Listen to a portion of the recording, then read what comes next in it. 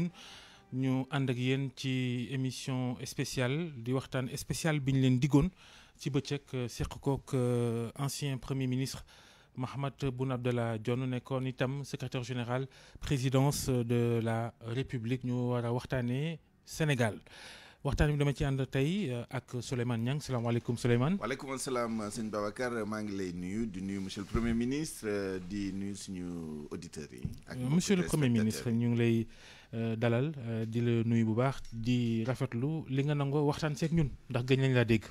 jërëjëf Babacar jërëjëf Souleymane damay sant suñu borom di ndax.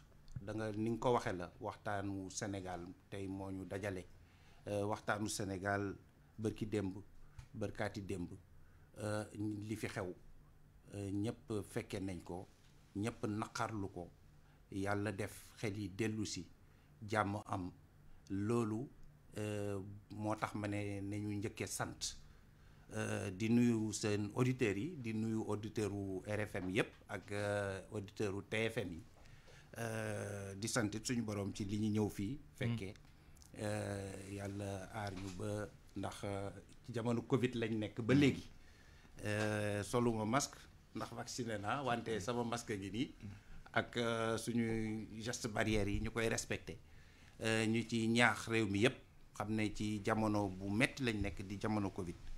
waaw naam gëj naa ñëw ndax suñu wax bariwul. moo tax ma bëggoon la laaj.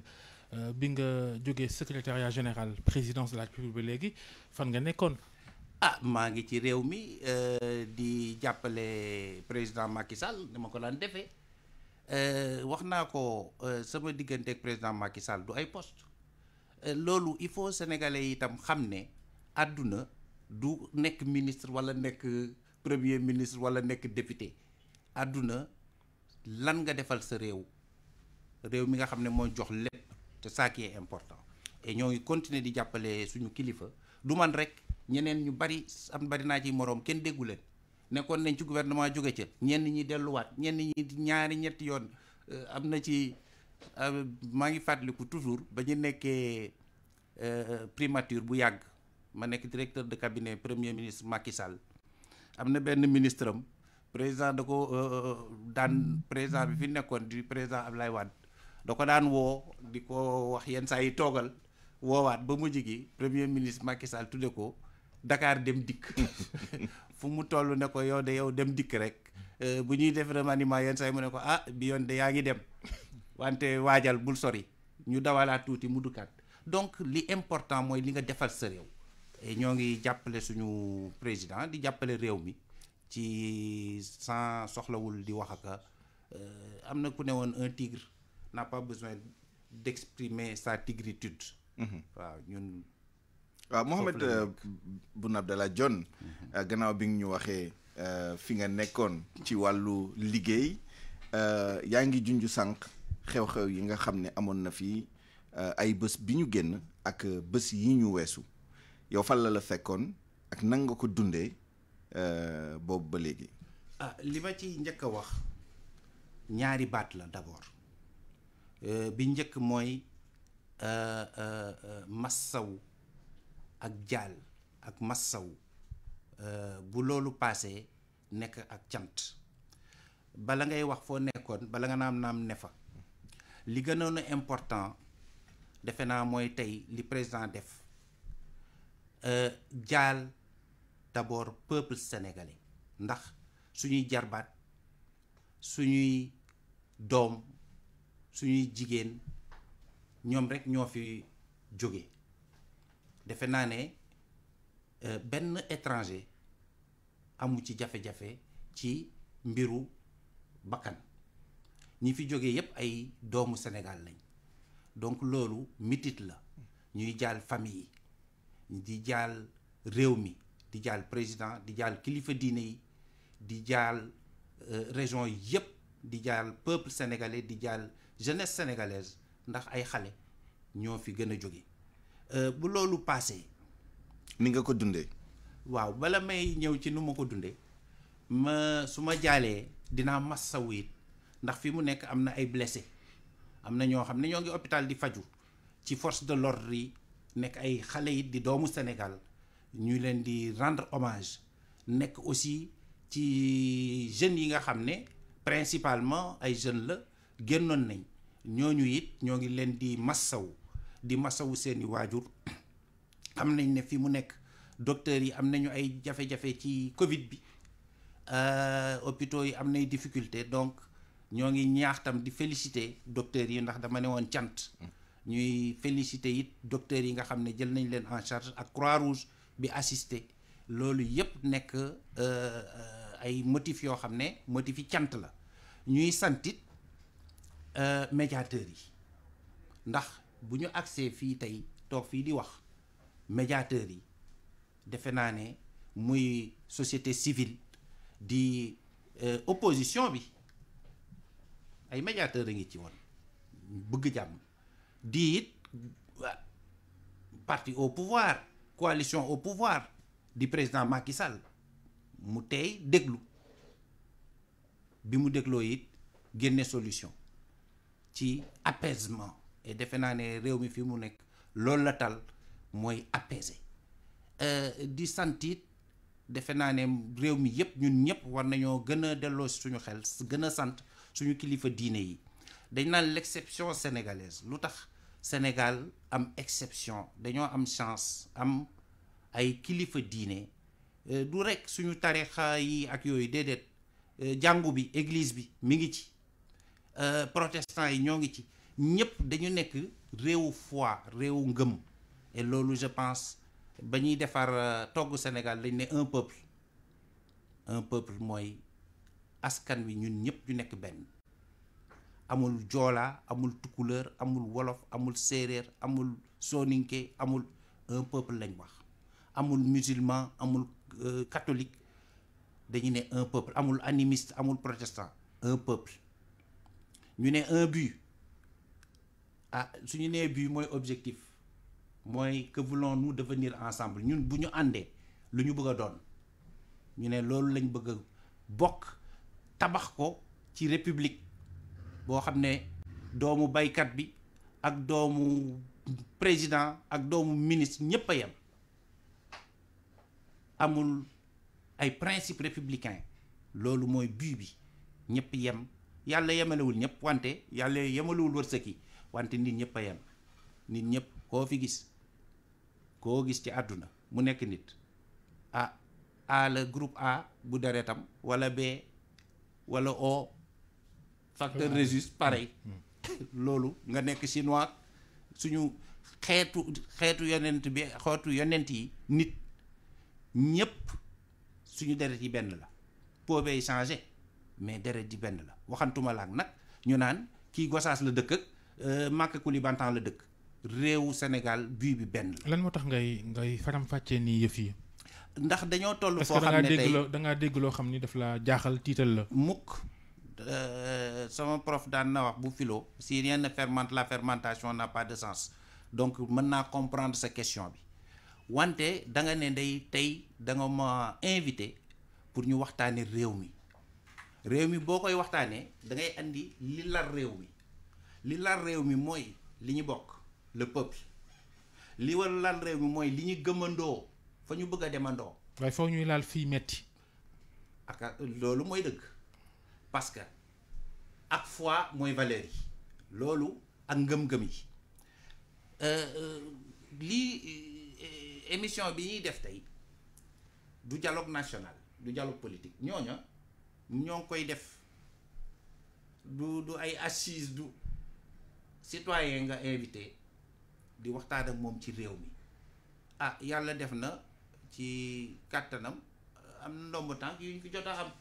président dénk ñu fi gouvernement bi ay at jox teg ñu ci wetam ñu koy jàppale di liggéey ak moom ci njariñu réew mi ñu dinañ ci ñëw xëy na ci témoignage li mu fi def ak li mu nam ma def pour nit ñi gën a xam seen réew ci but bi maa ngi ba léegi ci but bi parce que bu ñu nee plan Sénégal émergent 2035 loolu but la parce que 2035 ñun duñ fi nekk ñeneen a fi nekk wante dañu ne woon li président woote mooy na ñëpp ñëw ñu ànd liggéey ba 2035 suñu réew dootuñu jéggaani dara ñuy defar fii lépp lu ñu soxla nit ñi am naataange loolu la Senghor njëkkoon a woote ñun biñ nekkee xale fii dégg nañ fi ñu naan l'an 2000 Dakar day mel ne Paris loolu lépp am na fi man Pikine laa dëkkoon ñu naan ah bon de xanaa Pikine dina mel ne Dakar ndax bu Dakar mel ne Paris donc loolu lépp jot na fi am donc ku ñëw ba Senghor ñëwee teg brikam dem président Abdou Diouf ñëw teg brique ci kaw président Abdoulaye Wade ñëw tegaat Macky Sall tegaat mais àdduna noonu lay doxee suba keneen ñëw teg donc vraiment dëkk bi et loolu la ñuy sant it médiateurs yi di ci sant suñu borom parce que médiateurs yi seen médiation bu àggee li tax mooy dafa fekk état bi am assise am fu mu wéeru moom lay wooyee l'exception sénégalaise ci crise ngay xam sa réew fu mu toll. wax nga devise bi léegi un peuple un but une foi ak valeurs yi ko lal yëpp yàlla dafa def ni ñi nga xam ne ñoom ñoo génn ak Ousmane Sonko bi nga xam ne moo taxoon ñu génn li ñuy wax moom mooy que ni valeurs yi lal République du Sénégal un peuple dañ ko yàq un but du but bi nekkatul benn ndaxte nee nañu parti bi moom moo jël le pas sur la patrie ñu ne valeurs yi tamit gouvernance bi pasare nañ ko favoritisme clientélisme justice boo xam ne fonctionné wul est-ce que du loolu tamit moom mooy problème bi ci gannaaw est-ce que valeurs yi ngay woote yi lal ko ci devise u Sénégal est-ce que gouvernement Macky Sall mu ngi koy doxee ni mu waree ba ñëpp mën a wax le même langage. Souleymane loolu sa analyse la mais. non laaj la dama lay laaj rek. damaa jàpp ne bu mbir mi demee woon noonu kon médiation du am parce que médiateurs yi du ñu sawar du ñu am fu ñu wéeru pour nga def médiation di nga taseeg ñu lay déglu di nga taseeg moo tax ma ne médiateurs yi même ci opposition bi amoon na Sénégal ñun Sénégal lañ am man de passeport Sénégal rek laa am xaw ma nag yow. ah man kay passeport Sénégal. très bien bu Gambie sax aw ma ko ñun bu tàkkee fu ñu jëm xanaa dem Gossas te dañuy toog Gossas ci réew mi la bokk. foo jëm donc médiation bi bu amee ba jàll c'est que am na ñu déglu ay principe républicain moo lal médiation bi li ci des dama ne woon sànq ci crise ngay xam ce peuple mais ci crise aussi ngay xam ses dirigeants. kan moo indi crise bi kii ñu jàpp ni moom moo tooñ xale bu jigéen boobu ba tribunal dugg ci ñu jiiñ leen ni yéen a ne ci ginnaaw. wala yéen ñi nga xam ni da ngeen jàpp ni génn gi Ousmane Sonko waral na ko gaa waaye méttitu ndaw ñeeg askan wi bokk na ci li gën a wulli ñaay yëf yi kan mooy responsable bi bu dee ci li ma mujjee wax la. waaw Babacar. du kenn ko dul yéen. Babacar bi ñuy laata dugg léegi ñuy waxtaan fële ci sa bureau di xaar caméra yi ak seeg yooyu maa ngi lay fàttali ne réew mu mel ne Pays-Bas Hollande kenn mësu koo dégg marche am fa ba violence am li xew Lyon bërki dem bëgg dem ñëpp a ngi koy gis dafa fekk àdduna dafa changé am na dëkk yoo xam ne kenn mësu la xalaat mu àgg yenn violence ya am fa te mi ngi fay am bërki dem boo njaay France docteur yëpp dañoo daje ne nañu confiné mooy yoon gouvernement bu confiné wul ndax bu ko confiné mu tàkk xam na ko donc adduna bi temps yi dafa nekk ci crise boo xam ne sanitaire économique mondiale gis nga soo dëkkee Kër Massar bu ndox mi tuuroo Kër Massar nga defee ne Kër Massar rek la yàlla wàcce ndox mi te fekk ndox mi wër na fu ne bi man gunge naa président ñu dem Kër Massar pompe yi di dox keroog ñun ñëpp dañoo am tiis xam ne peuple bi ñi fa dëkkoon sonn nañ mais booba fekk na Égypte ñaata moor a fa am Burkina Niger fu nekk àdduna bi yépp booba mi ngi ndox mi mi ngi jël fu nekk dëkk yi lii it li fi xew nii mën naa xew suba beneen dëkk fii bu ñu jegee lool ndax su fekkee déjà nañu d'accord ci dara Afrique population bi 70% population bi ay xale lañ ñun suñu dëkk dama laa bëgg rek wax ñii nàmp ñii raam ba am ñeenti at 17% population bi la téeméer boo gi jël fukki sénégalais yi ak juróom-ñaar amaguñu juróomi at nga teg ci yeneen juróomi at diggante 0 ba 9 ans sénégalais yi ñun actuellement 17 plus 16 la 30 daanaka benn sénégalais te ñetti sénégalais yoo teg benn sénégalais bi amagul juróom-ñeenti at nga yéeg ba fukki at ak juróom xam nga fukki at ak juróom du koy voté bokkoo ci parti rien te dañ leen gis ci tali bi bërki dem boo jaay fukki at ak juróom 0 ñi nga xam ne dañuy raam di nàmp ñiy nàmp. waaye dañuy voté 2024 de. ba ma ne àdduna sooy wax peuple bul wax les rendez-vous avec le peuple c'est autre chose man li ma gëm mooy yàllaay fal kuy fekkee 2024 ñaata dirigeants yi dee Covid bi ñaata la rek. voilà kuli xaal kay waaye donc xoolal dama lay wax ne. sóoraale ëllëg tam ci la.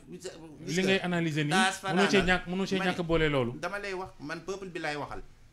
li important mooy suñu peuple parce que le peuple nous transcende du ñun ñooy fekkee 2024 xëy na wala yàlla def ñu gudd fan fekkee ko donc bala nga naam ne fa loolu laa doon wax toog di calculer kuy di faloo ku dul falu loolu kuy waxu réew mi doo ko ci boole dinañu njiit dinañuy laaj ay xool yi jikko la ay jikko la de njiit bi ci njëkk déglu waaw loolu mën nañu dellu si ci qualification njiit ak man li ma ci xalaat tey yooyu yeneen affaire la mais waxuñu nu ñuy tànnee njiit demuñu élection bi présidentielle c'est dans plus de 1000 jours ëpp na junni bés donc dama ne li important tey et vraiment li important mooy askan wi.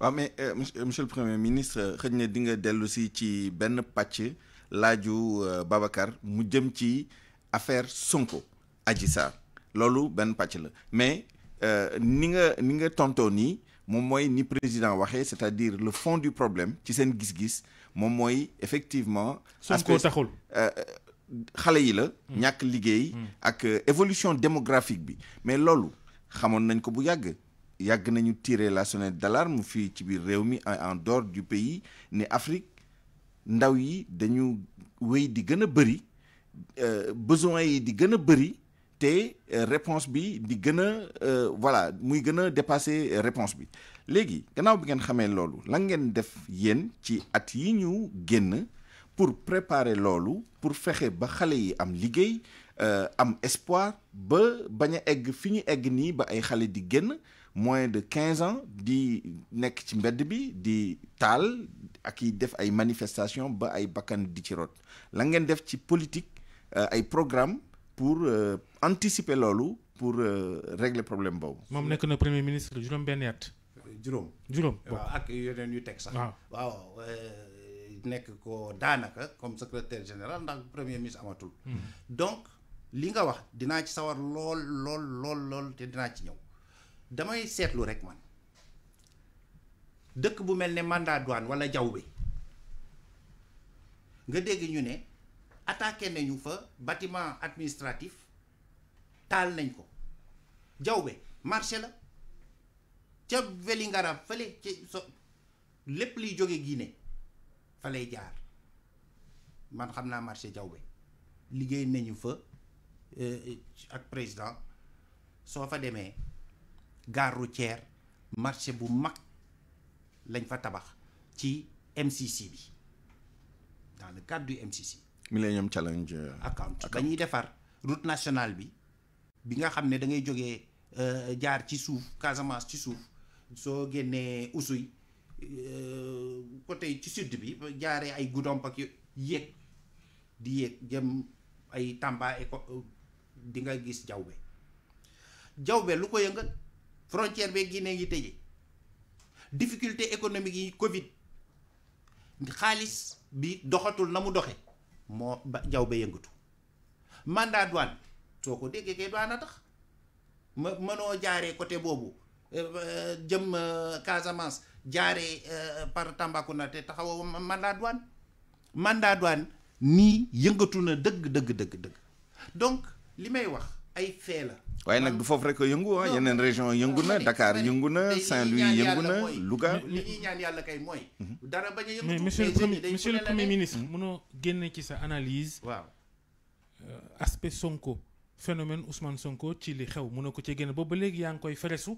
bañ koo wax. non dama lay wax rek. parce que fi ngay wax ne yëngu na. non am na fu yënguwul te métti di Sénégal. ma ne dama lay wax vraiment Babacar. affaire justice luy daw justice man damaa respecté ni may gis nii xëy na mooy sama côté. taalibe non waxaguñu waxi justice. non damay lay ñëw rek. non junj na ko sànq Souleymane dama lay wax rek man xëy na mooy sama côté Souleymane sama côté taalibe respect te loolu it defe naa président Macky Sall pour nga nekk ak moom il faut nga respecter peuple bi il faut nga respecter nit noonu ci yar la loolu man sama respect mayuma ma toog. di wax loo xam ne tey dëgg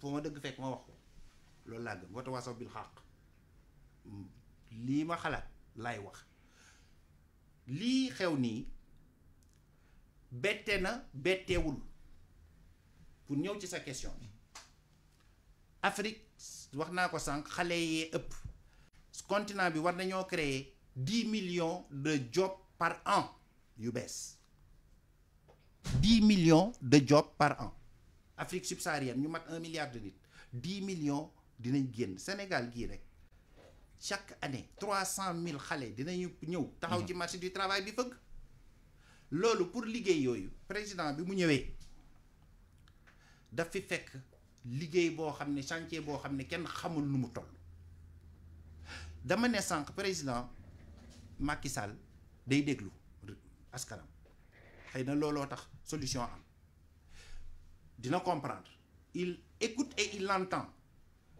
ba mu nekkee opposant dafa wër ñetti at biir Sénégal dawal fi ñaari yoon tour du monde bi 40 000 kilomètres moo ko wër boo jógee woon fii Dakar di yore sa oto dem wër àdduna ba wërngal këpp ba dellu siwaat 40 000 kilomètres mu def ko ñaari yoon 80 000 li taxoon mu def ko mooy déglu askan wi xam lu askan wi soxla ba mu ko xamee mu teg yoonu yokkute loolooy plan Sénégal émergent c'est les mêmes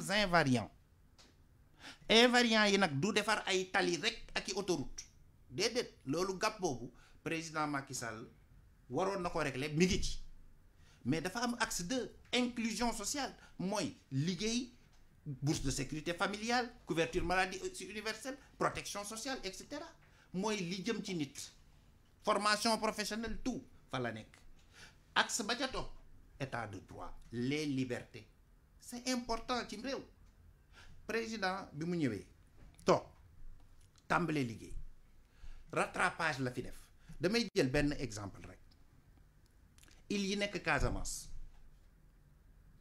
nga jógee Carabane du wàcc ba ci ba àgg daanaka Guinée Bissau yi nekk département Oussouye yëpp côté Jembereng Cap Skirring côté boobu il yooyu mësuñoo am ndox 35 000 personnes ay sénégalais amuñu ndox OFOR moo ko réglé ci 5 milliards loolu maa nekkoon premier ministre maa initié projet bi maa fa dem président jox ma kàddu ndigal ma ñu réglé ko boo woon tey léegi Tombon Gueye le maire de Oussouye de Jembereng mu confirmer la ko. amoon na jafe-jafe nag ba dëkk ba tàng. parce que Jembereng ci boppam ville ba ci boppam problème mu ndox château d'eau Sénégal ba mu nekkee Sénégal ba léegi ca tubaab ya sax colonie ba léegi Cap Skirring ak ni mu toll amul château d'eau yuy dox te xale yi war a liggéey hôtel yi ku nekk monter sa forage loolu président ñëw régler ko PUDC régler président loolu dafa ne woon mandat bu njëkk bi c'est la ruralité c'est l'économie rurale c'est le développement des capacités des bases à long terme du développement li nga xam ne ci la réew mi war a sukkandiku bala pour mën a dox et loolu ci la jël xaalis bi yépp investir bu ñuy def foofu ay moto pompe ci Sodagri di ko def pour bay ceeb di ko def ci nord bi ah gars yi ne dette mais looluy dette bi c'est les bases à long terme du développement bañ ca paree mu ne woon mandat bii nag bu bees bii li may wax nii man maa mettre en œuvre mu dénkaat ma programme am ma nekk chef du pôle programme pour programme bii nga xam ne mooy mandat bi président génne ci 5 initiatives ne woon moom la bëgg a def bu faloo 3 programmes spéciaux ñu ne 0 déchet ñu tàmbale ko Covid dikk fooy bale pour dëkk bi la ñu tàmbale woon set setal plus bi tàmbale woon Covid bi distanciation physique sociale programme yu bari xaw nañu taxaw wala ralentir ñu teg ca ak 5 accès universel looloo ngi dox mais 5 initiatives yi présenté goon bi ci njëkk numéro 1 bi mu gënoon mi ngi tudd PSE plan Sénégal émergent priorité jeunesse président mu ne moom moo ko wax may bind mu ne ma Mamet département bu nekk ci Sénégal minimum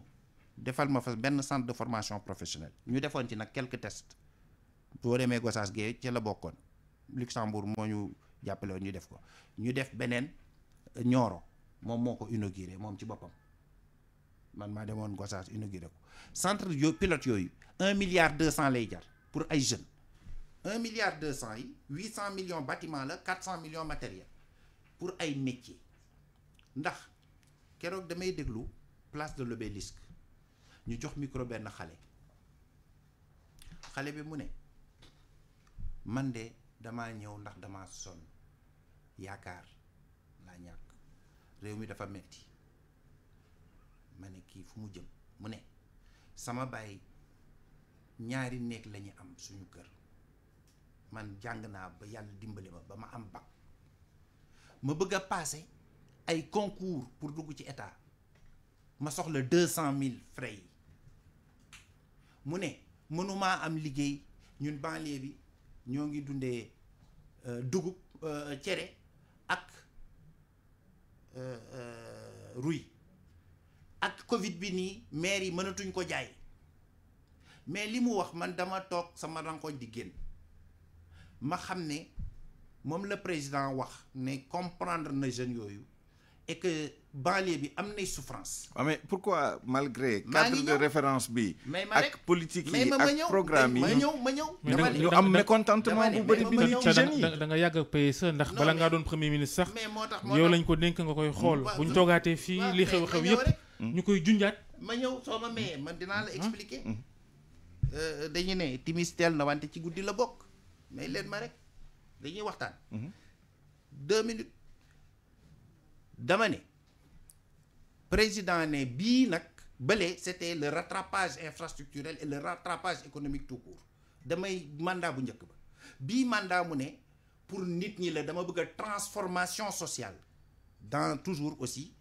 le cadre de l'état de droit ñu ne da bismillah ñu ne fu nekk département bu nekk dañ fa def lu mu gàtt benn centre de formation professionnelle mais boo demee Pikine xëy na 4 lañ fay def Dakar gii lu di toll Guédiawaye Mbour dëkk yu mag yi Thiès Touba Mbacké donc ñu ne minimum benn centre de formation professionnelle 1 milliard 200 benn ñaar mu ne jikko yi un peuple un but wante une foi jikko yi la foi les valeurs mu ne dinaa fa def maison des jeunes et de la citoyenneté parce que problème bu jeunesse bi problème mu employabilité la problème mu entrepreneuriat boo amee métier ba pare nga ne plombier nga da ngaa bëgg a léegi liggéey ah DER dégg ngeen ñëpp ñoo ko déggandoo 60 milliards président ne dinaa ko dolli ah financement dikk ñett engagement citoyen parce que fii suñu réew mii du réew yu bari fii xale yi ak suñu peuple dañu gëm citoyenneté dëkk bi moom pour gérer ko moom yombul ndax dafa am ay rendez-vous historique yu fi am yoo xam ne mënoo def lu neex te moo tax it ñun régime bii ñu bokk jéemul def lu ko neex suñu président day déglu et li ma leen di wax bala ngeen koy xam nañ daw tuuti man xam naa président Macky Sall ne nga yàgg naa ak moom yow mi wax nga ko président Macky Sall man mi ma xam bu ñu dawalee tuuti réew mi dina xam ne kuy déglu peuple am la. waaye nag du wax du c'est le comprendre. mais du wax parce que xaar nañ ko bu lu yàgg-yàgg bi problème yi tàmbalee ñëpp di ko woo pour mu wax ak askan wi il a fallu presque mu dem ba sës doog a mën a wax ak askan wi. est-ce que au nom de mën a déglu rek. président day xam yàqul aussi rendez-vous bi. non booy wax. est-ce que wañuñu loxoom bi muy wax. non wax mi ngi neex. bu fekkee li ngay wax d'abord gëm nga ko. man loo xam ne ku ma ne woon tey wax fii ma toog nii waxal loo xam ne gëmmoo ko du ma ko wax ndax damaa jàkkoor ak askan bi. deuxièmement aussi crise yu mel nii bu amee lépp man maa ngi ko aborder rek sous l'angle fi ma nekk nii ba léegi l'angle économique à 100% socio-économique ndax nee naa président bëggoon na def lii ak lii mais lu tax deful le centre de formation professionnelle yooyu pareegul. ñaari at mi ngi toog dafa yéeg rek Covid agsi programme yu bari nee naa dëkk bi gis nañ fii président di yore bale moom ci boppam di bale ñun ñëpp ñu kontaan ci zéro déchet mais est-ce que mën na continuer ci Covid donc dafa am programme yoo xam ne obligatoirement ils ont été impactés par Covid ba pare aussi même au plan financier parce que réew bi président bu jëlee 1000 milliards def ko ci Covid bi 1000 milliards yooyu ñun amuñu xaalis buy jógee buy taw xaalis moom man gaw ma ne dañ koy lijjanti xaalis moom li ma ci xam liggéey ku ko lijjanti yoon dal sa kaw ça veut dire que maguy la xaalis dañ koy liggéey loolu il faut le rapport aussi qu'on a avec l'argent le rapport qu'on a plutôt avec le travail il faut que muy jeunes yeeg yépp ak ñun ñi ñu xam ne liggéey rek mooy dëgg. waaw yaa ngi koy wax nga ne xaalis amul waaye président nee na dina génnee 300 milliards. 100 milliards par an. fii ak ñetti at dina def ay réallocation budgétaire ça veut dire que bu mu ko mënee tey mënoon na ko avant pour dékku li nga xam ne moom moo xew. non président lu tax defu ko ñaan nañ ne nag ak vaccin bi déjà que xam nga daaw 1000 milliards la def ci Covid bi. ñaan ñu yàlla ren ñu defaat 1000 milliards ci Covid bi déedéet budget Sénégal c'est ëpp na 4000 milliards nga jël ci 100 milliards yomb na. président dafa defoon ay programme am balal ne bu toogee centre fu nekk dina def lii centre de formation professionnelle boo xam ne boo fa jàngee ñu def loi bi ak décret yi ci war yépp mu créer li ñuy woowee certificat de spécialité diplôme boo xam ne juróom-benni weer ngay formé wu pour nekk menuisier juróom-benni weer ñu jafal la certificat de spécialité loolu mës am Sénégal. mais fan la service su état nekkoon ba dëkk bi tàkk président doog a jubbantee ko jooyanti. non. président service su état luy service su état. mais mën naa tudd renseignement par exemple. renseignement yi. non mécanisme yi ñu teg en place est-ce que évalué nañ ko. état est-ce que xam nañ fu mu toll. état non parce que soo nee service su état. les renseignements ay service état la bokk. waaw service état toute catégorie confondue. fu ñu nekkoon ba gàttan ba mënoon a gàttandu li xew ba dëkk bi du tàkk. xam nga Babacar dama ne aspect socio-économique laa wax. parce que xam lépp wax lépp kenn du ko def mais crise bi xëy na am na yeneen dimension. boobu ba léegi waxoo ko de. parce que xëy na fii du place am. fii penc mi la. déet man d'abord. déet am na ñu ne terrorisme kay ak ay. non déglu ma non xale bi may wax fii. ci place. l'Obélisque l'Obélisque du terroriste. kooku dafa wax ñëpp gis nañ ko mi ngi Sénégal. non man dëgg laay wax. da ngay weddi waxi Antoine Diome. ma ne dama ne wedduwuma man nekkuma fu duma ministre ma ne citoyen mooy wax ak yow fii du ministre woo fi. Abdallah Dionne contredit Antoine Diome. non ma ne bu la neexee su ma ko waree contredire dama koy contredire damay joxe sama point de vue mais je suis solidaire du gouvernement barki dem boo jaay maa ngi woon ci biir damay solidaire d'abord gouvernement mais dans la vérité mais su ma amee lu may wax damay jël sama téléphone ne ko Antoine. su ma fekkoon am naa lu ma war a wax sama xarit la sama rakk. kon baatu terroriste maa ngi koy défendre baatu terroriste war woon génn. dama ne gone googu ma wax du terroriste goos yi nekk amoon difficulté xëy na ca mandat douane mais dañoo am ay difficulté locale mais mën na raxit moo tax man nag aw ma niveau d'information fi ma nekk nii boo xam ne mën na permettre ma ne diw la wala diw mais maa ngi déglu. waaye lenn lu ci rax loo xam responsable laay ci dëkk bi donc am na lu may fortaat. waaw mais xam naa ne. li tax daal kilifa gi nga xam ne mooy président de la république moom la ñu fal ndax moo tax it ma rendre ko hommage ci teem man li ma xam ci président Macky Sall mooy ku am sens de l'écoute la dinay déglu te il l'entend su demee ba ne lii ma gis naa ko doxale nii damay joxe exemple amoon nañ fi président boo xam ne ku mënoon déglu la ñëpp d'accord ci muy président Abdou Diouf événement Mauritanie am ñëpp ñun ay booy lañu woon mais ñëpp naan nañ guerre ñu daw ba ca ba ci ca pandaw ga mu ne cey bu ma geeroon donc président Macky Sall moo xëy suba mu ne damay déglu ñëpp baal naa ñëpp maa ngi déglu apaiser su ko defee defe naa ne loolu mooy yoon. mais monsieur le premier ministre. parce que moom day construire wax na ko. d'accord la violence détruit mais ne construit pas te dafa woote waat dialogue na mu ko defee woon dafa woote waat dialogue dialogue bii mu woote mais ñi contre ak ñi bëgg ak ñëpp ni ñëpp ñëw waxtaan ak moom réew mi parce que réew mi comme ni mu ko waxee barke la da ngay def sa waar bay sa waar bu sa waar pare keneen ñëw bay waaram. balaa ñoo ñëw si dialogue bi bëggoon naa ñu taxaw tuuti ci ñaari mbir benn bi moom mooy li ci rax gannaaw loolu nga wax li ci rax am na loo xam ne umpu leen moom mooy revendication politique principale mooy libérer Ousmane Sonko ak yenn revendication yoo xam ne c'est lié à la gouvernance tey boo jëlee xale yi doon manifester Bignona yi doon manifester même en dehors de la région naturelle de la Casamance même dans d'autres régions administratives ñu bëri si ñoom libérer Ousmane Sonko la woon ak Macky Sall dégage wala yi ni mel donc revendication yi au-delà des revendications socio-économiques am na revendication politique ndax loolu président jël na ko en compte parce que feeñu ci discours am évidemment wax nañ la ñu def jàmm évoqué na dialogue national en cours est-ce que yaakaar nga ni di prévoir na lu ëpp loolu parce que loolu la xale yi bëgg. non man dinaa la wax dara dangaa wax benn mot boo xam ne daf maa choqué. Macky Sall dégage nga wax. dégg nañ ko xale yi wax nañ ko. réew moo xam ne institution yaa ngi dox. Oui, mais ça c'est quand même un slogan universel c'est-à-dire président dégage loolu moom waratul choqué kenn. non xoolal. universel loolu duma ci d'accord réew moo xam ne institution yëpp a ngi dox ban institution moo doxul ci réew bi actuellement. primature. non institution. non dama lay cokkaas rek. déedéet non c'est la présidence. peut être concentré ou déconcentré.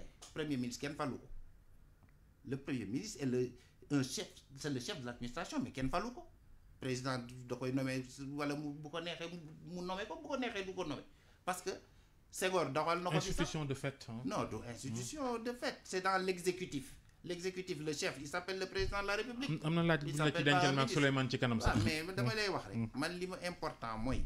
institution yaa ngi dox mais nit ñi ñu ngi leen di ŋàññi nee nañu la justice n'est pas indépendante l'Assemblée nationale n'est pas bien composée même bu nekkee nit ñi ci élection lañ jógee loolu du ma ko nangu man maa dirigé woon man Benno Bokk Yaakaar maa demoon tête de liste tête de liste ñu gagné suñu majorité ku ma mën a expliquer ne elle est mal composée mais c'est surtout la justice indépendance de la justice gis nga nag ni ñu koy waxee noonu ci élection yooyu ñu demoon gagné ko man noonu lañ koy waxee ci justice noonu lañ koy waxee ci exécutif ku mu neex nga wax lu la neex loolooy suñu force ñun Sénégal jàpp ñu ci kenn ci délit d'opinion amu fi nañ waxante dëgg bu la neexee nga toog ne lii baaxul. am na ay activistes ak ay opposants yu nekk kaso jamono ji. dañuy woote ñun man de li may woo sama kilifa di président de la République lu mu mën a calmer na calmer. est-ce que da nga bëgg ñu bàyyi. opposants yeeg activistes nekk ci kaso bi ma ne ku ñëw xam nga am na loo xam ne président mën na koo bàle am na loo xam ne mën na koo bàle yéen fii ngeen nekk fii ñuy defee émission bi directeur u OPS ana oto. lakk nañu tal nañ ko. très bien bu fekkee fii dañoo fee nag. ak bu ma kumba béy. waaw déet Makumba ana oto ñi leen taal bu fekkee fii gardien bi poñe na leen jàpp leen ñu dugal ci biir ñee ñoom nañ perte seen oto donc xoolal mbir mi il faut ñu xool wala tubaab ndene tout ce qui brille n'est pas or lépp luy briller rek du or. mais il faut que logique parce que man damay ñaan sama patron da ngeen a lijjanti da ngeen a lijjanti ba bàyyi Ousmane Sonko man sous contrôle judiciaire ma ne yow waxuñ médiation dama bëgg nag ñu d'accord dara ancien premier ministre du premier ministre.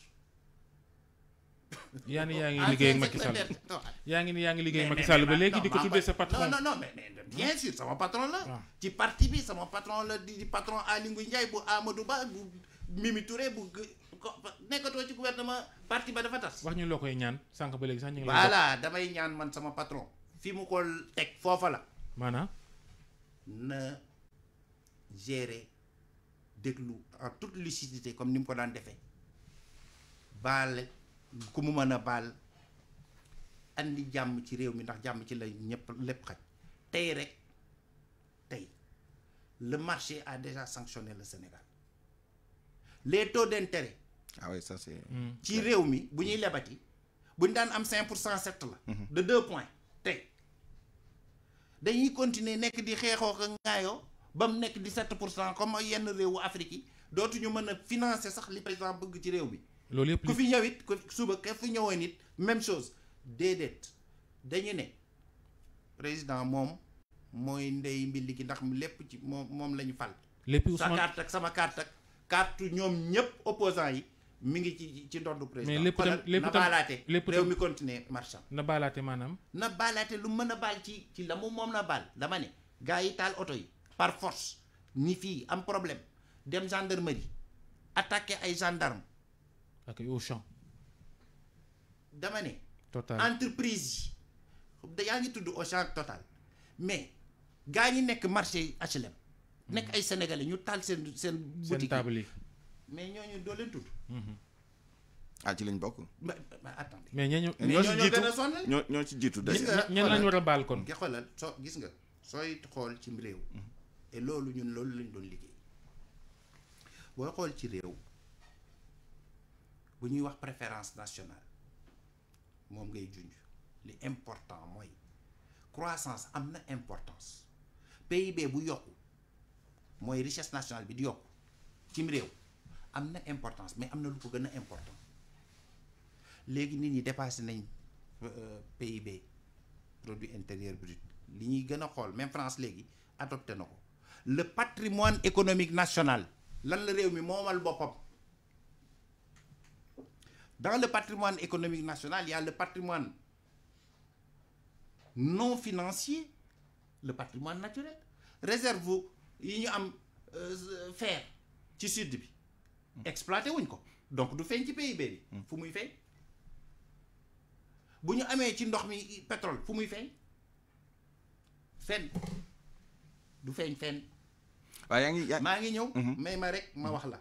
et dinaa ñëw léegi ci Auchan loolu ak yépp patrimoine non financier bi ay forêt ca la bokk ndax léegi environnement ainsi de suite patrimoine financier boo ko boolee ak non financier mooy patrimoine économique national France son patrimoine économique national bañ ko calculer c'est 8,3 en 2020 8,3 fois son PIB c'est 16 000 milliards d'euros loolooy doole France c'est pas son PIB wala nu muy yokkoo nga ñëw ci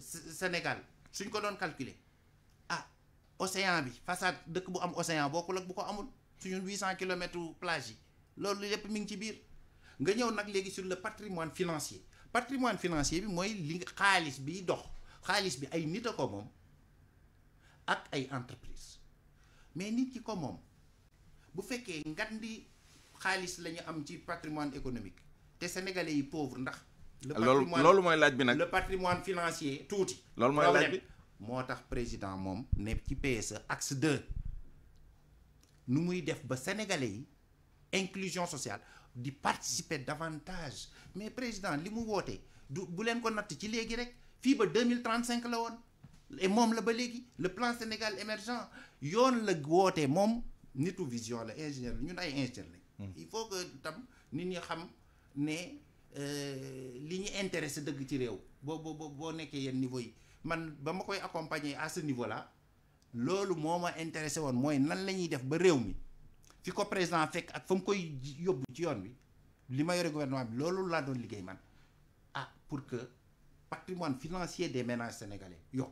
mais est-ce que patrimoine financier des entreprises sénégalaises yokk. monsieur le premier ministre est-ce que loolu mooy le véritable. est-ce que du loolu mooy problème bi justement c'est-à-dire ce gouvernement d'ingénieurs c'est pas caricatural hein, c'est une manière de parler pour dire que yéen da ngeen concentré wu woon tellement président reconnaître na ko parce que nee na tabax ay infrastructures kese doyul.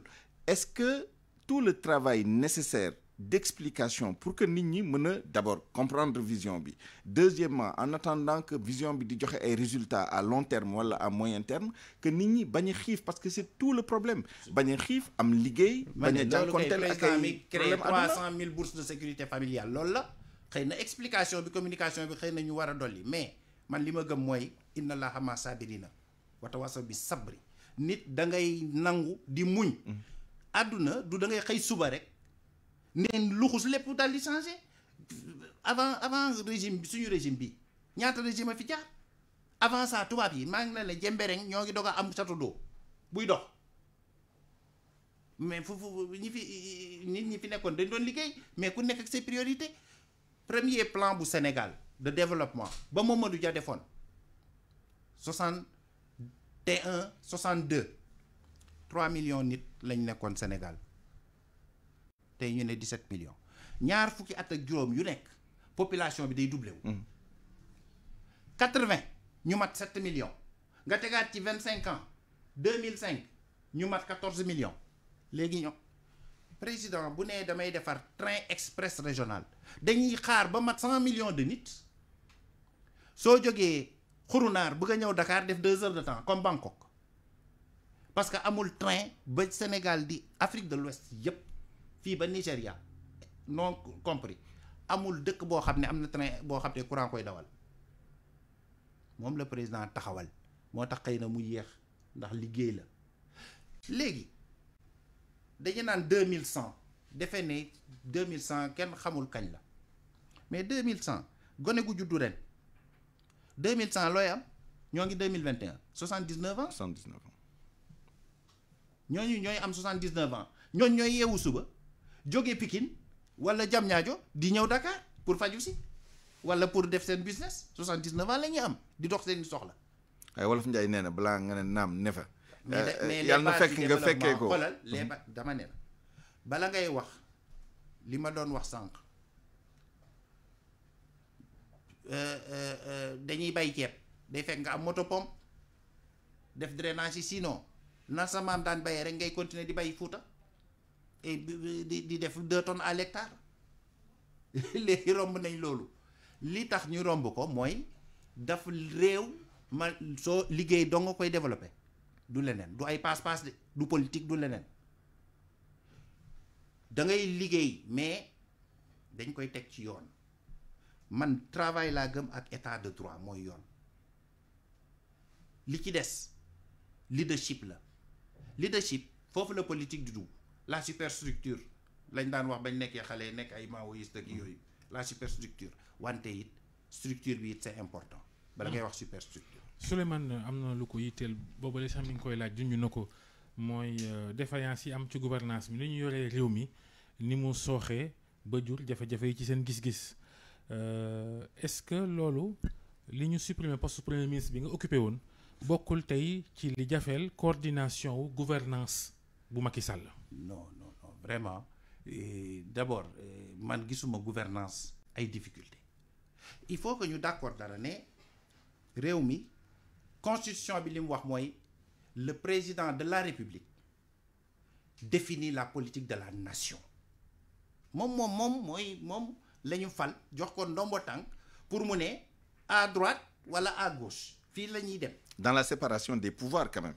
très bien dafa mën a fal boppam président buy waat kay président conseil constitutionnel lay toog. loolu la nit ñi wax nag. pouvoir yi c'est pas séparé. non la justice n'est pas indépendante. mais l'Assemblée nationale n'est pas autonome. la justice n'est pas indépendante. wala boog am na ay. xanaa France mi ñuy topp mi ñuy tricher ñun même système lañ yore. xanaa France bon tam c'est pas indépendant. wala daal ay conseil ab conseil supérieur de ko fa toog ak non système bi ñu pompé. xanaa ko ñoom tam ñoom ñi des droits de l'homme ñoom ñu am 1789 coow laa ngi foofu tamit de. coow li foofu mais pour que procureur ñu wàññi. procureur ñu ko tënkee important wul. ki important mooy kiy jugé kiy condamné wala kiy libéré. ne non waaye procureur mooy poursuivre kat. déet waaw poursuivre kay avocat la. procureur États-Unis comme daanaka avocat la. prosécuteur la ñu wax day poursuivre. ko kay moo tax muy taxaw. moom comme avocat yi dañuy toog ñooñu mooy ñiy dëbu ñi toog kay mooy ñi nga xam ne ñoo yore baatu réew mi te ñooñu loi rek la ñuy gis code pénal ak code de procédure pénale jaar na yoon jaarul yoon jaar na yoon waa ji deful dara non-lieu mu ñibbi def na ndoor du dal ci kawam. àndoo ci ñu réformer loolu tàqali procureur ci kilifteefu gouvernement ministère de la justice. loolu nag man de du ma ci wax ndax su ma ci amee lu may wax en tant que aujourd'hui citoyen ci sama biir parti xanaa lay xalal sama président wala waxtaan ak moom ndax xaw ma ban qualité laa am pour wax ci. waaw mais dafa am ay firnde le problème c'est pas les textes problème bi c'est la pratique. ñu jël cas Khalifa Ababacar Sall ñu jël cas Karim Meïssa Wade ñu jël contre exemple nga jël Bougazeli qui a eu des soucis ñu bàyyi ko nga jël ñeneen ñoo xam ne nit ñi jàpp nañ ni boo jàppee Sonko war nga jàpp Alioune Dembourou Sow que jàpp ñu ko ce qui fait que procureur moom mooy décider ku muy jàpp ku mu dul jàpp en dépendant de leur. Souleymane bul yàq waxtaan bi. déet yàq mu waxtaan bi dama lay laaj rek dama lay tegal li nga xam ne loolu la Sénégal yi di wax. suba soo ma wooyee émission ne ma. dama bëgg ñu waxtaan ci waxtaanu Aliou Dembourou Sow sama rak wala waxtaanu Khalifa Ababacar Sall ma xam ne boobu émission la ma ne la danaa ñëw wala du ma ñëw. de firnde indépendance de la justice laa lay indi. déedéet fii réew mi la ñuy wax. on parle principe. loolu bokkul ci réew mi. non xoolal déet non xoolal. justice quand même. non xoolal sooy wax justice ak le judiciaire am na nuance ñun fi mu nekk dañuy wax l'architecture li ngànk lépp loolu la ñuy waxtaane ak réew mi waxtaanu réew mi suñ ko ñu waxtaan fañ ko bëgg a jëmale un peuple fii moom tey li ma fi andi man c'est un peuple un but une foi mooy su Sénégal loolu la Senghor tegoon Abdou Diouf liggéey ci Abdoulaye Wade nekk ci Macky Sall la ngi ci di ko consolider bis bu nekk waxtaan bi mën a su ñàkk boole ni réew mi tëloo institution yi di ko doxee te ku yor nguur mën koo jëfandikoo ngir néewal doole wujjëm ak ñoom seen loolu mu ne si loolu moom ala kulli àllin ñun ñii ba ñu nekkee ba ñu ba ma nekkee ba ñuy nekkee suñu patron fee assemblée ñu dàq ñu ñun suñu bopp ñoo ngi woon ci parparloo ñoo ngi woon ci kujje loolu kuy kujje ku am wujj da ngaa am wujj ala kulli àllin di nga wax waxi kujje mais taxul li tax kay fi nga koy seetee booy fondamentaux yi ma wax sànq suñu réew dañu war a sant yàlla man fekkee naa fi 88 temps yooyu maa ngi doog a pare njàng ñibbisi man it di liggéey ma jël sama oto mësuma gis image yooyu ma gis rond-point après lycée Blaise Diagne soo jëmee Colobane rond-point boobu te ñu tabax fa ministère de l'habitat ñu taal ay oto ba mbaatee taal ay char ci dëkk bi OMVS rond-point OMVS ay char yoo xam ne mësuma woon xam ne sax suñu armée amoon na yooyu à l'époque dama tiitoon ma ne lii de jàmm amu fi 88 mais lu tax réew mi di dox boobu ba léegi te jàmm continuer di fi am institution yi dëgër na dama ne la crise bala ngay xam sa réew crise am bala ngay xam sa dirigeant crise am nu muy duggee ci affaire bi ak nu mu ciy génnee mais Sénégal yàlla dimbale nañu ñu am fi kilifa yoo xam ne crise am na fi metti ndax bu ñu demee ba benn doomu Sénégal rek perte ci bakkanam metti na keroog ku xool président de la République boo ko xamee xam ne am na lu ko metti beaucoup de compassion et même tristesse mi ngi ree mais mi ngi muuñ mais xam nga ne am na lu ko metti ndax père de famille la te bëgg na réew mi bëgg peuple bi. da nga ko woo ñun ñi ñëpp. da nga ko woo ci mu baale loolu nga wax sànq. na baale. est-ce que politiquement sax am na marge de manœuvre yi est-ce que am na affaire bi nga xam ne wala rapport de force bi est-ce que ba léegi mu ngi ci favorable ci moom pour mu am sax lu muy baale ak lu mu dul baale. ma ne dama lay wax dara naagu ci ñun li ñuy liggéey nii bu la dabee rek dee nga xamal ne yow doo ci génn bul naagu de ñun da ngay lucide.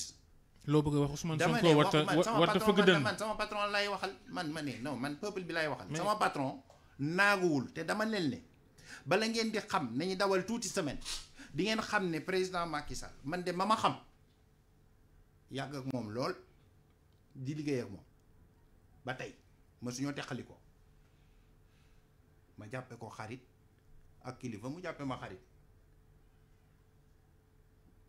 ak defe naa collaborateur bu loyal moom moo ko wax ma kontaan loolu bu ñu dawalee tuuti peuple bi dina xam ne le président les a entendus. boo nee jarul ndamoo et il a analysé. boo gisee et vous serez fiers et bu boobaa bu ñu dawalee tuuti nit ñi dinañu xam kan mooy président Macky Sall gën koo xamaat te bu boobaa dinañu xam. dinañu xam ku yore affaire bi. waaw justement parce que yaa ngi xaw a xeeb li Ousmane Sonko yëngal seen nguur ba président jël kaddu gi wax ak askan wi loolu est-ce que ci sa xam-xam ak fi nga toll fi nga ci responsabilité fi nga toll ci responsabilité ak li nga yor ci réew mi yëpp est-ce que war ngaa mën a soofantal loola. non ma ne dama lay wax non Babacar président du déglu kenn bu waree wax te kenn mënu koo wax loo te fekk waxam jotu loolu mooy kilifa jumaa ja du heure boo ñëwee rek noot dafa am waxtu julli dafa am waxtu. suñu borom sax da ko lii du jumaa lii état la. waa état dafa am ay bakkan di rot. bakkan yu rot waaw dafa am waxtu. wax dafa am parce que yow élément ya président am ba ne suba laay wax wala tey laay wax yow amoo ko man aw ma ko man toog exécutif bi kay nekk naa ci numéro 2 lu yàgg. mais am na temps yoo xam ne président bu goon wax sax yow di nga xam ne ki waxam teel na wala jotagut moom ci boppam wala nga ñëw bu ne ko président war ngaa wax de mu ne la Mohamed sama wax ji teel na parce que y a tel et tel truc bëgg naa mu leer d'abord wala ainsi de suite donc président non gis nga mbir mi chef d'état du chef de village waaw peuple baa tax. mais justement ci peuple boobu bëggoon naa la si laaj tuuti parce que moom nga tàmbalee sànq bi ngay wax lii lal République du Sénégal est-ce que ci sa jàngat ci événement yi ñu génn ci ay bés bi passé ak fan yi ñu génn ndax am na lu mu wone ci unité peuple Sénégal wala sooxe bu ci am. li mu wone man li ma njëkk a jàng ci affaire bi mooy cohésion sociale war nañ ci gën a liggéey te président loolu junj na ko cohésion sociale du cohésion nationale. du cohésion nationale de. la nation est intégrée nit ñi doon marche déggoo fenn ku marche Bignona ne ñun ay joolaa lañ wala Gossas ne ñun ay séeréer lañ amul. Podor marche nañ da nga faa dégg waa Podor ne ñun ay tukkuleur dañoo kon amu fi cohésion nationale réew mi un peuple bi cimenté wu na te loolooy suñu chance suñu exception am na dëkk yoo xam ne boo fa demee village au village ñaari village yu ko man dëkk naa yeneen dëkk ci kii de BCEAO laa nekkoon affecté nañ ma feneen ma dëkk fa compagnie boo nee nit noo yow tu es quoi mu ne jula wala wax la du la wax sax fii koo fi ne foo dëkk mu ne loo doon mu ne la sénégalais et drapeau Sénégal laa gis ci marché bi donc cohésion nationale am na mais cohésion sociale bi les différentes les différentes strates de la société jeunesse bi mag ñi xale yi ndaw yi góor jigéen déséquilibre yi déséquilibre disparité yi mais est-ce que disparité yi loolu xoolal état bi war na ci gën a liggéey te loolu laa ne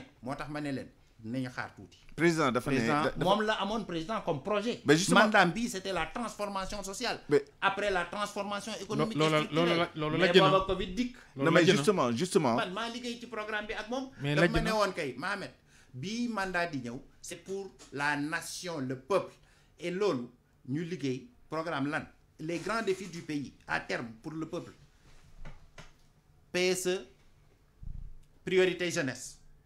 ba ca topp PSE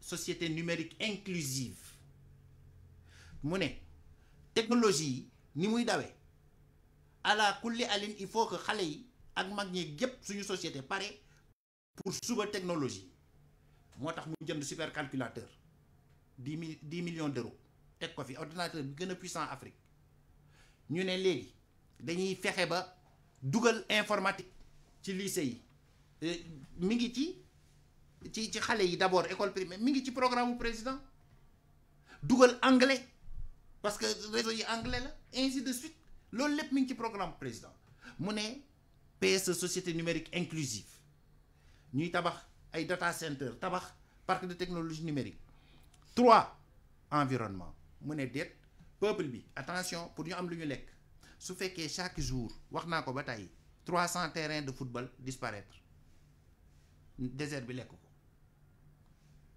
président ne day reboiser keroog def na ci conseil présidentiel Ali Haïdar mu créé agence dégg ko loolu mooy peuple bi les vrais défis qu'on a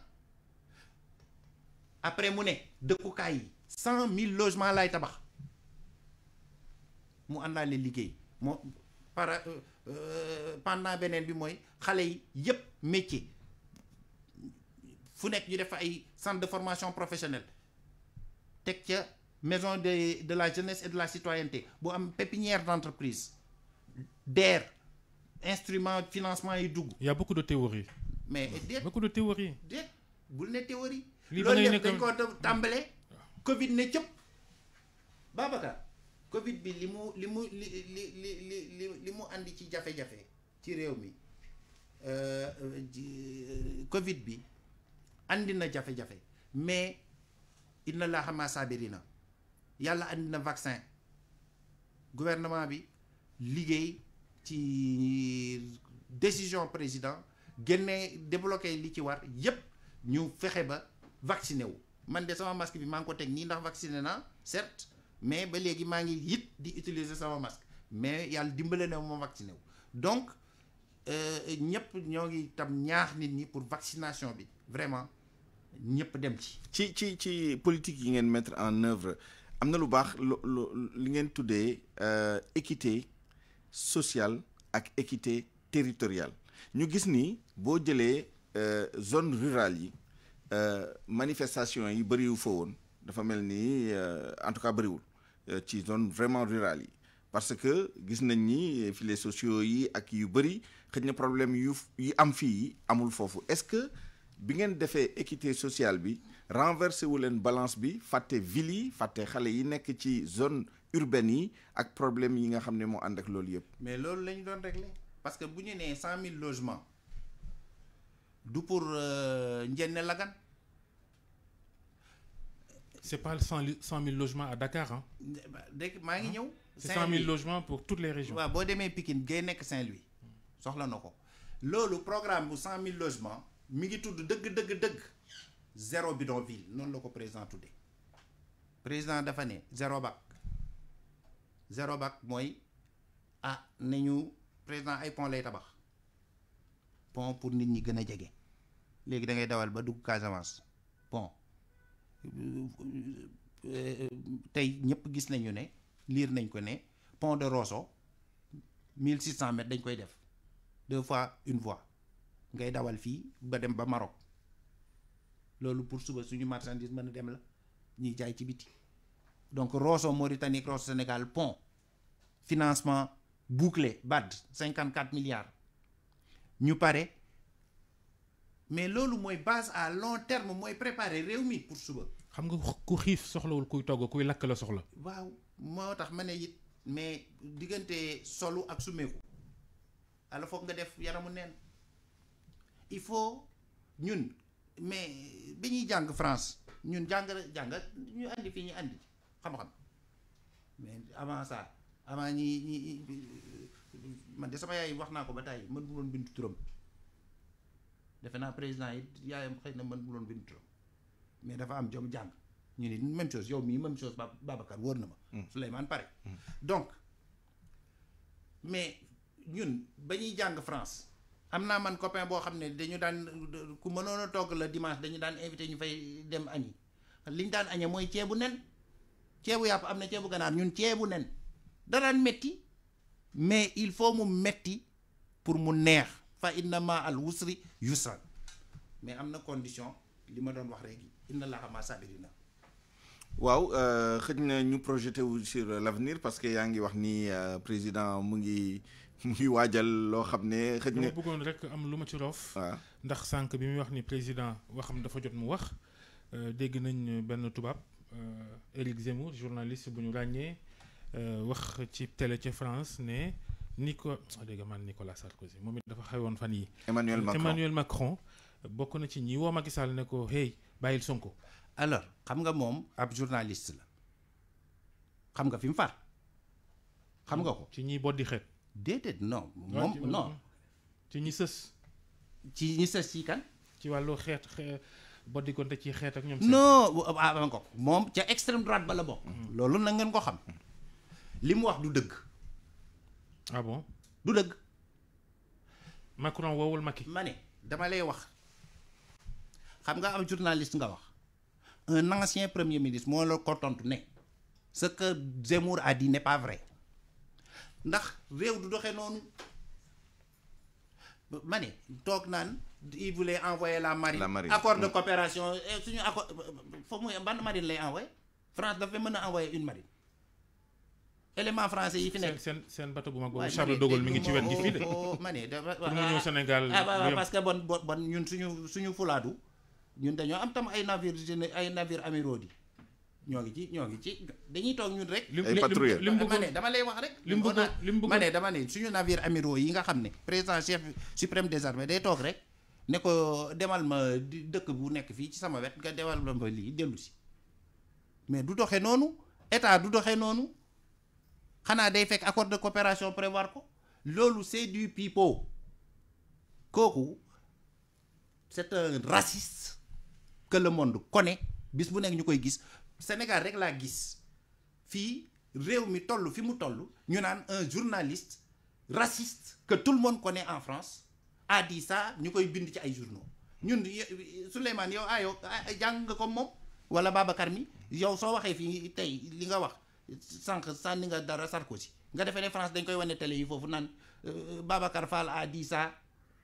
wax mooy indi wax d'ailleurs à propos d'accord de coopération Auchan Total ak ñi yàqule marché HLM ak feneen jaaykatu gerte caaf bi muy fii Ndakaaru wala ci région yi mais particulièrement ñi nga xam ne ci bitim réew lañ jóge woon ñëw investir Sénégal lan nga yaakaar ni mooy doon la suite. Est-ce que Sénégal dina leen indemniser. bu dee da leen di indemniser fan lay jëlee xaalis bi. non dama ne sama patron ba ma xam ko ba léegi liggéey ak moom président Macky Sall xam naa empathie bi mu am ci peuple sénégalais ban réew ci monde bi Covid bi taxawee moo yónnee diasporaam xaalis jàppale ko ci monde bi amul lu dul Sénégal moom moo fi décidé ne sénégalais yi étudiant nga nekk Paris ñu yónnee la benn réew ci monde bi jàppalewul diaspora moom def na ko nga defee ne maire bi nekkoon marché HLM ñu attaqué boutique am dina ko seetaan man gawuma loolu dina leen jàppale loolu man moo tax ma ne. Auchan et Total ma ne dama lay wax rek Total station Total bi ñu taal sénégalais ko moom du Total. franchise la mais dama lay expliquer. man xaw ma Auchan casino xaw ma nu muy doxee mais Total.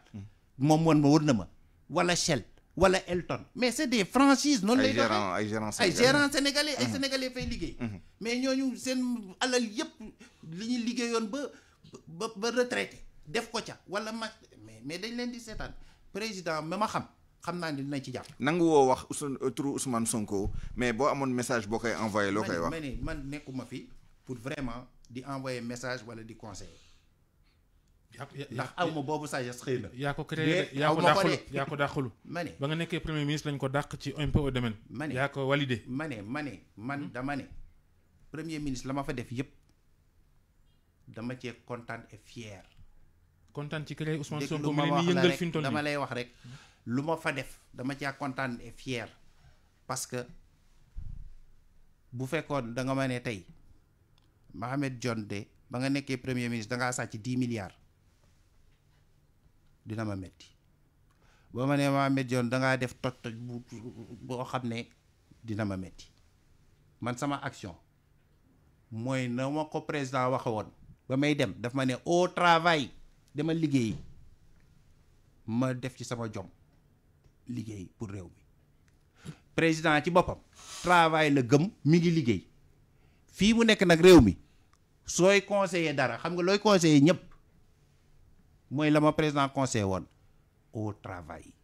est-ce que amoo lu la sonal ci sa conscience liggéey ci li nga dàqalu woon Ousmane Sonko ba tey mu jur lii ma ne jural leen ko ci seen nguur man xoolal parce que dàq googu moo ko tax a ma fa la tàmbalee woon Babacar yow yaa ngi ci ay détails li ngay wax Babacar ay détails la parce que le Sénégal transcende ces personnes yi ngay tudd ma transcende. Ah non je suis désolé mais ce sont des réalités qui sont là. ñaata fonctionnaire le Sénégal dàq.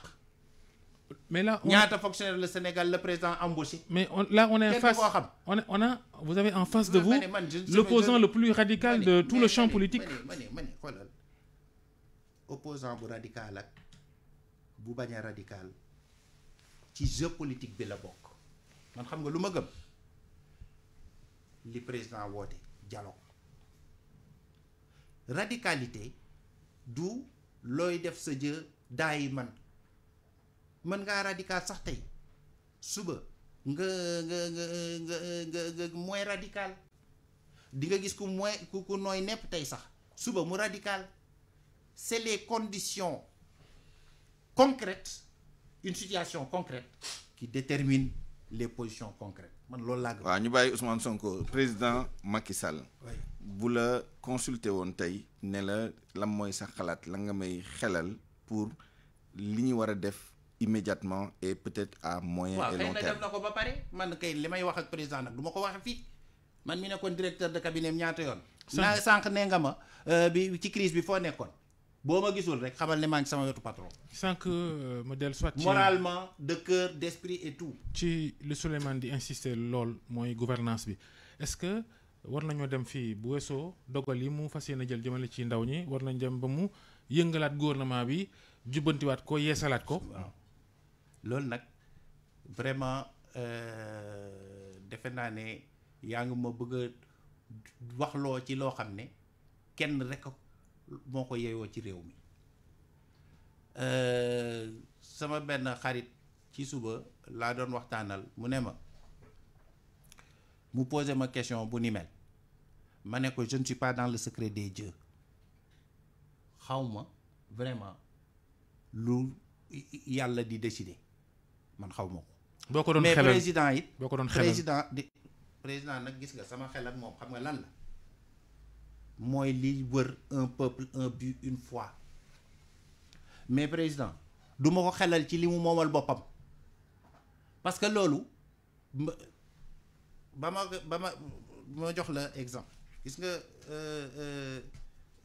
premier ministre yu bari mooy seen frustration ndax amoon dañuy waxtaan suñu biir man ngaa dem Angleterre fekk xam nga waa jafa nekk wala yooyu ba ma ko nekkee da ngay ñëw ñu ne la Angleterre sax moom foofu c'est différent mais yeneen réew da ngay ñëw ñu ne le gouvernement décret fixant composition du gouvernement sur proposition du premier ministre xam nga yaa proposé mais proposé du yaa décidé yow da ngaa proposé boo paree sa patron mu ne la proposé nga léegi moom mooy décidé De Gaulle bu la daan nommé premier ministre le même jour daan la déet man ak sama constitution bi dafa xaw a ñàng mën naa laa fal wante mënuma laa dàq signal ma fii lettre bi nga xool gis ci sa démission nga signé ko ñu bañ koo daté mu denc parce que booba constitution France dëgg le président mënut a xëy suba dàq le premier ministre. am nañu ne ni nga mel ak moom te foo toog wax ko ba tey ji yaa ngi koy wax lu ñuy wax loyauté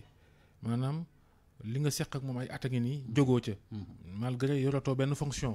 am nañu ne lim la fa jëlee ci secrétaire général présidence keroog lu la bett la. mukk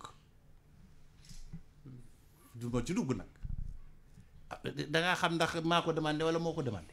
yow yaa ko demandé wala moo ko demandé xoolal du ma dugg ci état déedéet dama lay wax rek. mais loolu c'est pas compliqué. mais non. est-ce que yow yaa sàkkoo non. ñu teggil la. ma ne d'abord il est sain dans une république qu'il y ait des renouvellements sinon da ngay mujj defe ne yow yaa moom mbir mi de gis nga loolu it ci gis nga. loolu de mooy kenn du def troisième mandat. Babacar. mën na si na koo méngaleem. Babacar moi je dis quand je parle du peuple je ne parle pas des rendez-vous avec le peuple c'est différent Babacar élection bi ñëw c'est dans 1000 jours fi mu nekk nii suñu toppatoo xale yi formation yeeg yëpp li ñuy wax fii yëpp sànq ba léegi nekk ci war koo déclencher problème mu ndox foo yow foo dëgg tigi foo dëgg Pikine. waaw mais am na foo Pikine kat moom. 56 la commencé diggante Cilmaxa ak Pire. yow ñu Kajoor nga dëkk yow man fa laa dëkk man ni diggante Cilmaxa ak Pire. waaw Mbakol yow ci kaw man diggante. boo di taal ba Tiwaawan ba Pire fa la Mbufta nekk fa la sama bàyyi dëkk fa laa dëkk man sama bopp donc pour wax la na ma wóor na ma ne sa ruq boobu PUDC jëlu ko woon. côté Cilmaxa foofu PUDC président ba muy wër jaar na fa mais rek PUDC jëlu ko woon urgence ya fa nekk bari na ndax demoon naa fa ñu ne ma Pekes côté yooyu yëpp Mbakol ñu ne fii ba ci ay meeru dëkkam côté yooyu la ñu ne fii président ak côté Mbacké PUDC bi de buñ ci amoon mooy forage mooy machine wala jigéen ñi ainsi de suite il y a des urgences nationales yoo xam ne fi mu nekk nii loolu moom moo ñu war a mobiliser li ci des vraiment man duma ci prononcé wu. Souleymane il nous reste 10 minutes pour des questions-réponses rapides. Souleymane. Peut-être revenir d'abord sur les événements qui se sont produits la semaine dernière dans ce qu'il est convenu d'appeler l'affaire Ousmane Sonko Adji Sarr. Comment vous avez vécu ces événements? Quelles sont les leçons que vous en tirez? Oui, merci bien. Je pense que comme on est dans la partie un peu française, parce que on a dit que l'émission finalement on la faisait en wolof, et que je m'adresse à nos compatriotes en français. Je voudrais d'abord, mes premiers mots seront 3 mots. Prière pour les victimes.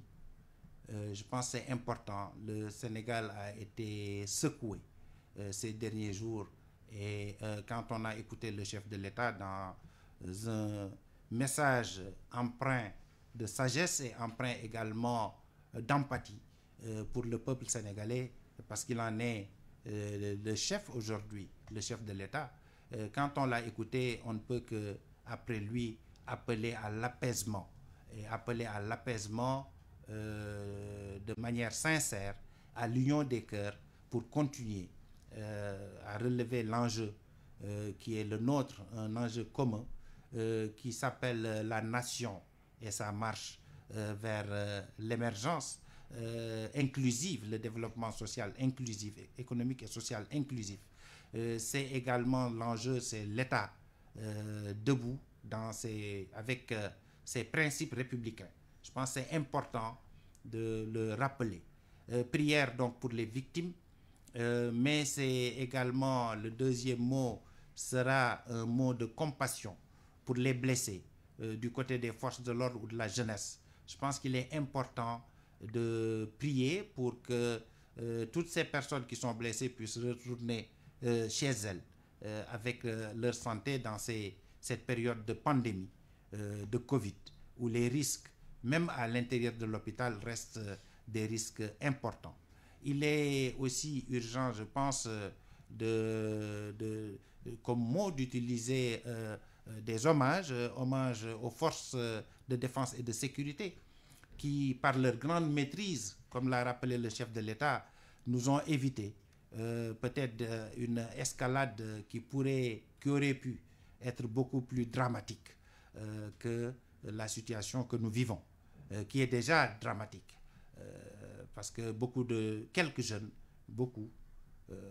c'est même beaucoup, parce que même une personne décédée, c'est déjà énorme. Beaucoup de jeunes y ont perdu la vie. Et je voudrais également rendre hommage et remercier, je pense comme nous tous, nous remercions aujourd'hui les facilitateurs de la société civile, mais également les guides religieux qui ont beaucoup contribué. Et c'est cela également l'exception sénégalaise. C'est ce qui fonde l'exception de notre pays. Le Sénégal est un pays vraiment spécial. Et c'est des voies de sagesse que nous avons, un trésor inestimable qui se révèle à chaque fois que le pays est en difficulté. Est-ce qu'il y avait des pressions sur le président public, cette révélation entre guillemets, ou révélation tout court du journaliste et chroniqueur français Éric Zemmour, que même le président Emmanuel Macron de France a appelé Macky Sall pour lui demander de laisser rentrer à la maison Ousmane Sonko? Est-ce que vous confirmez ou... Babacar, un président de la République, le plus petit pays au monde, la plus petite économie du monde, si elle, même comment on dit, les États-villes de l'Asie, le président de la République, élu au suffrage universel direct, qui détient son pouvoir du peuple directement, ne subit aucune pression venant de qui que ce soit, encore moins d'un collègue. Ça, il faut vraiment méconnaître l'État pour le penser. C'est impossible. Sinon, ce serait... tous les États sont d'égale dignité. On ne peut pas nier qu'il arrive que les puissances mettent la pression sur les petits, entre guillemets. Ça n'existe pas, mais nous, ici, je veux dire... Il y a des intérêts français ici. La France n'a pas intérêt que le pays s'embrase. Mais nous, on ne regarde ni l'intérêt de la France, je le dis ici, ni un autre intérêt. On regarde les intérêts du Sénégal. C'est connu qu'un État n'a pas d'amis. Un État a des intérêts. Et le chef de l'État est le garant, justement, des intérêts de notre peuple. Pas même les investissements qui ont été quand même chahutés, Auchan, Total et d'autres. Bien sûr qu'il faut les regretter et les condamner. Parce que ce dont a besoin un pays, c'est la stabilité, c'est la continuité. Rien de bon ne se fait sans la stabilité. Et le chef de l'État, il est garant de la stabilité et des institutions, et de l'économie, et de tout. Et il ne faut pas se leurrer. Il n'existe pas un pays qui puisse atteindre, qui s'est développé dans le monde sans l'apport de l'extérieur. Il n'existe, on ne peut pas vivre tout seul dans une île et être au diapason de l'universel, c'est impossible. Si vous vous isolez, mais vous vous coupez de tout. Et il ne faut pas... Ceux qui prônent l'isolement, ils prônent en même temps de la démagogie. Est-ce que ces événements comme disait Senghor, c'est enracinement. Il faut be yourself, comme disent les Américains. Enracinement. Et ouverture. Exactement. Et ouverture. Sans l'ouverture, on fait notre arachide. On la transforme ici. Même. On a de l'huile. On va la vendre à qui? Mais justement, est-ce que ces événements auront, d'après vous, des conséquences sur l'attractivité de la place Sénégal en tant que destination des investissements directs étrangers? Il faut faire attention avec les secousses. Il en faut. Parfois, il faut des wake-up calls, comme on dit. C'est des bons réveils. Comme on dit, le mal a encore fait du bien. Mais il ne faut pas que ça dure. Le problème principal, la contradiction principale, comme j'allais dire, c'est cette jeunesse africaine qui a besoin de 10 millions de nouveaux jobs d'emploi par an. Et malheureusement, qui n'est pas forcément outillé pour cela. Aujourd'hui, dans notre pays, il faut savoir, cher ami, que 40% d'une génération, 300 000 jeunes, 40% sortent de l'école sans diplôme ni qualification. tous les ans. Et c'est pourquoi le chef de l'État a défini cette initiative qu'il appelle priorité PSE, priorité jeunesse. Et il avait l'ambition dans chaque département du pays de construire au moins un centre de formation professionnelle. Tous les dispositifs sont en place, y compris les légaux et réglementaires, le certificat de spécialité, une formation courte, 6 mois, vous avez un diplôme.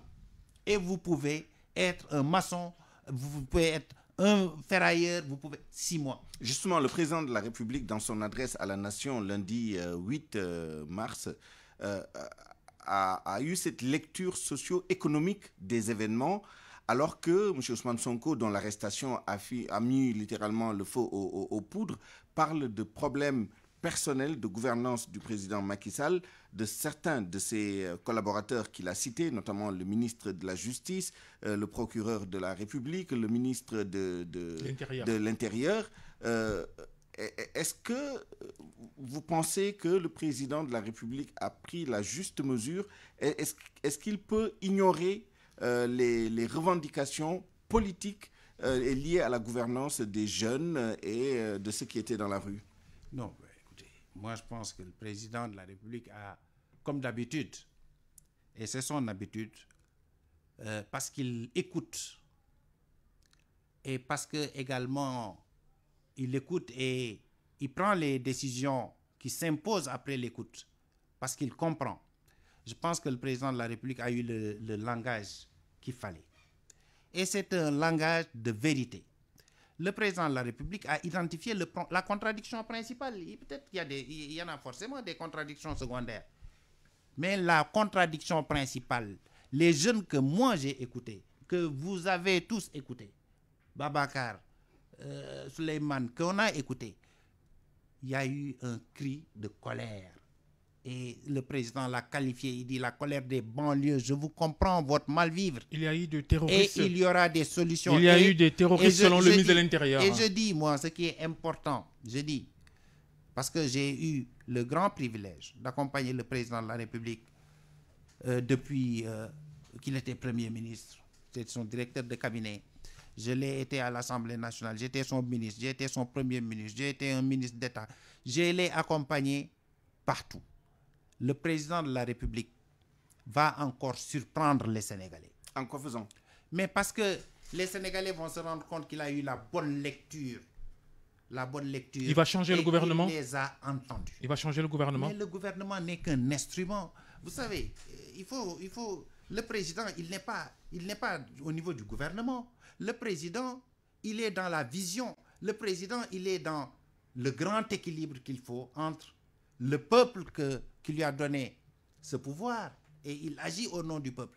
Le président de la République, il est au niveau de la devise nationale, un peuple, un but, une foi. Maintenant, sa vision, comment la réaliser? Là, c'est l'exécutif, c'est ceux qui exécutent. Lui, il est au niveau vision, il est à un niveau macro et méso, l'environnement, mais il n'est pas au niveau opérationnel. Un chef d'État, il n'est pas dans l'opérationnel. Donc, ceux qui sont dans l'opérationnel, ils peuvent à tout moment faire des ajustements. Moi, j'y étais, je n'y suis plus. Les derniers réaménagements que le président a fait, c'est la dernière question pour une réponse de 5 secondes. Oui. Vous avez quitté votre poste de secrétaire général de la présidence de la République après la suppression du poste de Premier ministre. On a fait venir Idriss Seck. Il a fait venir Idriss Seck. Est-ce que vous êtes un homme frustré, Mohamed Boun Abdallah Dionne? Mais pourquoi frustré? Le président de la République, il a fait venir le président Idriss Seck, qui est un ami que je salue, pour élargir sa base politique. Et c'est normal, l'inclusion politique aussi existe. Et c'est normal. Et le président de la République, il faudrait qu'il a appelé au dialogue national, mais il faut qu'il ouvre ses portes. Enracinement et ouverture. Vous êtes prêt à retourner à un poste de responsabilité? Mais moi, mon avenir, il est défini par Dieu. Moi, il y a 1 an, j'étais malade. J'étais presque mort. On l'a annoncé. Je suis debout et en bonne santé. Mais si j'étais mort, on parlerait de moi encore aujourd'hui. En plus, vous êtes vacciné. Covid. En plus, je suis vacciné. Merci, Mohamed Boun Abdallah Dionne, d'avoir répondu à notre invitation. Merci à Souleymane Diagne. Merci aux équipes de TFM et de RFM. Ñi ngi gërëm mbokk yi ñu topp ci boobaak léegi ñu leen di soññu ngeen di wéy di topp programme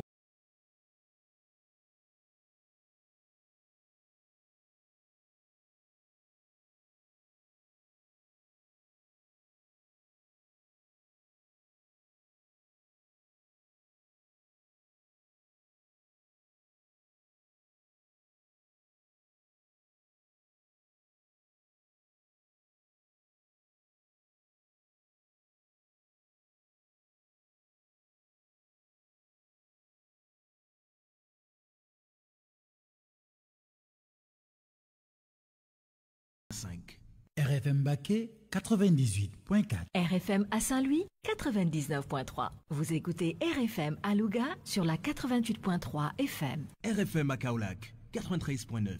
RFM à Ziguinchor 92 FM.